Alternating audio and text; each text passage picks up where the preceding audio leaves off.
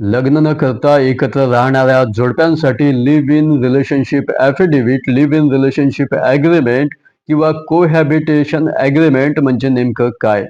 तो कायदेशीर आहे का? तुम्हाला पोलीस प्रोटेक्शन मिळू शकते का? हॉस्पिटल, व्हिसा किंवा भाड्याचे घर किंवा पोलीस व्हेरिफिकेशनसाठी ते उपयोगी पडू शकते का?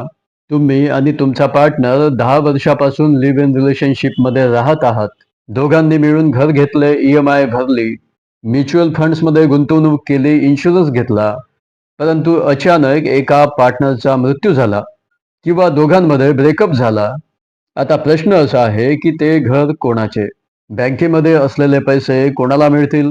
इन्शुरन्स क्लेम कोण करू शकतो आणि कोर्टामध्ये कोणाला महत्त्व दिले जाईल? तुम्ही तुमचा हक्क कोर्टामध्ये कसा सिद्ध करू शकाल? जर या प्रश्नांची उत्तरे तुमच्याकडे नसतील तर मी एक व्हिडिओ आपल्या चॅनलवरती अपलोड केलेला आहे.